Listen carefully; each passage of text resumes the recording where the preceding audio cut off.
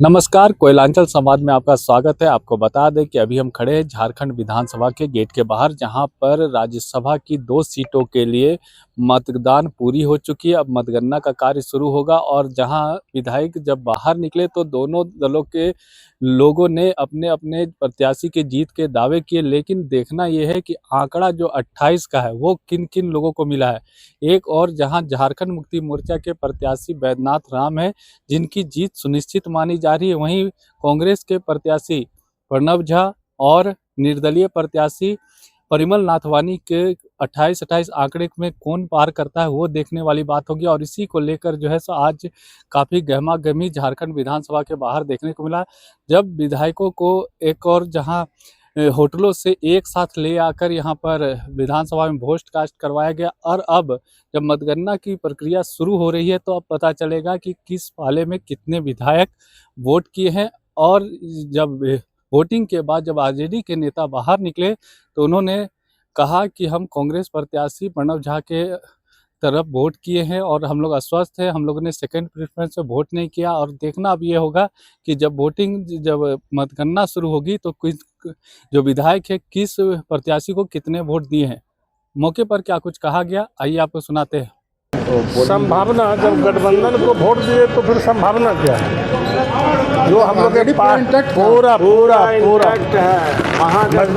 ऊपर से कहे रखते हैं। क्रॉस वोटिंग की जो आशंका व्यक्त की जा रही है उसको आप लोग नकार रहे हैं। कौन क्या करो वोटिंग?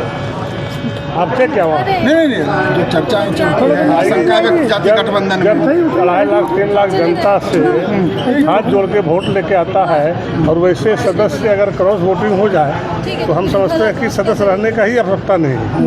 तो क्रॉस वोटिंग की बात कहाँ से है? गठबंधन मेरा जीतेगा, दोनों से जीतेगा। गठबंधन को वोट दिए तो फिर संभावना क्या है? जो हम लोग के पास पूरा ऊपर से कहे रखते हैं। क्रॉस वोटिंग की जो आशंका व्यक्त की जा रही है उसको आप लोग नकार रहे हैं। कौन क्या करो वोटिंग? आपसे क्या हुआ? नहीं, जो चर्चाएं चल रही हैं, आशंका व्यक्त जाति गठबंधन जब 2.5 लाख 3 लाख जनता से हाथ जोड़ के वोट लेके आता है और वैसे सदस्य अगर क्रॉस वोटिंग हो जाए तो हम समझते हैं कि सदस्य रहने का ही आवश्यकता नहीं है। तो क्रॉस वोटिंग की बात कहाँ से है? गठबंधन मेरा जीतेगा, दोनों से जीतेगा। सब लोग कहता है हम जीतेंगे, लेकिन जीतेगा जिसको रिजल्ट मिलेगा उससे वही नहीं जीतेगा। क्या रिजल्ट होगा? रिजल्ट बढ़िया होगा, इंडिया गठबंधन का जीत होगा।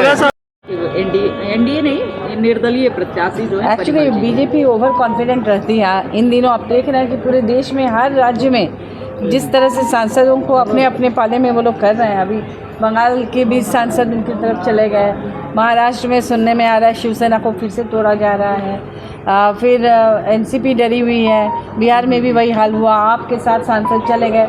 इसी कॉन्फिडेंस के वजह से उनको लग रहा है कि झारखंड में भी ऐसा होगा, लेकिन झारखंड में ऐसा नहीं होने वाला है। 28 नहीं 32 हमारे समर्थन में। पता नहीं वो लोग कैसे बोल रहे हैं। हालांकि पिछले समय में एक बार उन्होंने ऐसा किया था। आपको याद होगा कि जब माननीय बसंत सोरेन जी जीत रहे थे, हमारे पास पूरे आंकड़े थे, उस समय एनडीए ने अपना प्रत्याशी दिया था और महेश पोद्दार जी निकल गए थे। वैसा ही वो लोग कुछ देख रहे हैं, सोच रहे हैं, लेकिन ऐसा कुछ नहीं।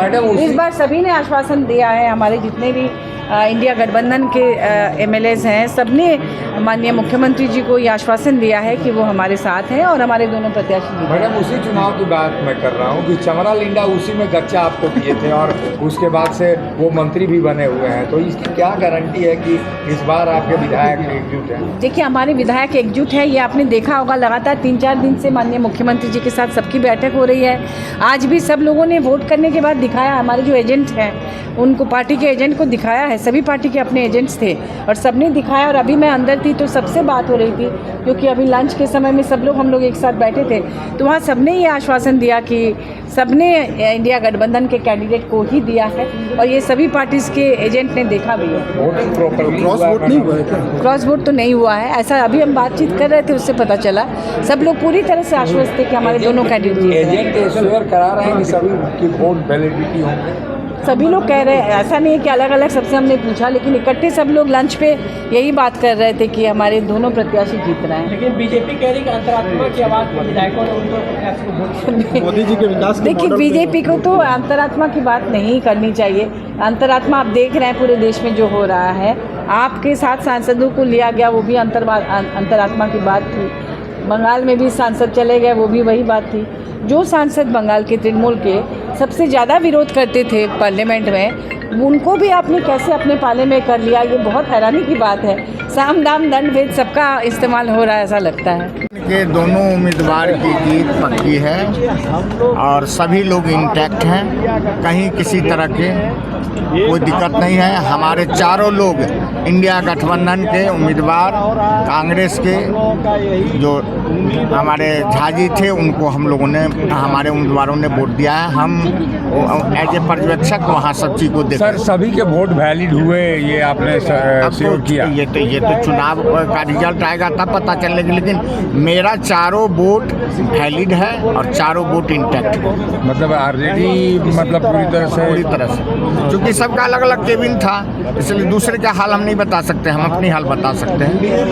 हमारा चारों वोट इंटैक्ट है। जिस तरह से माननीय मुख्यमंत्री जी ने सारे लोगों को एक तरीके से ट्रेनिंग दिए, सब कुछ दिए, हमें लगता है जो कि दोनों सीट निश्चित तौर से। सर, आप लोगों ने फर्स्ट प्रायोरिटी का सेकंड हम लोग एक ही प्रायोरिटी दिए हैं, दूसरा प्रायोरिटी नहीं दिए। सेकंड प्रायोरिटी का वोट नहीं दिया आरजेडी के बजाय? आरजेडी के लोग सेकंड प्रायोरिटी किसी को नहीं दिया है, फर्स्ट प्रायोरिटी। हाँ, पहले कैंडिडेट को फर्स्ट प्रायोरिटी।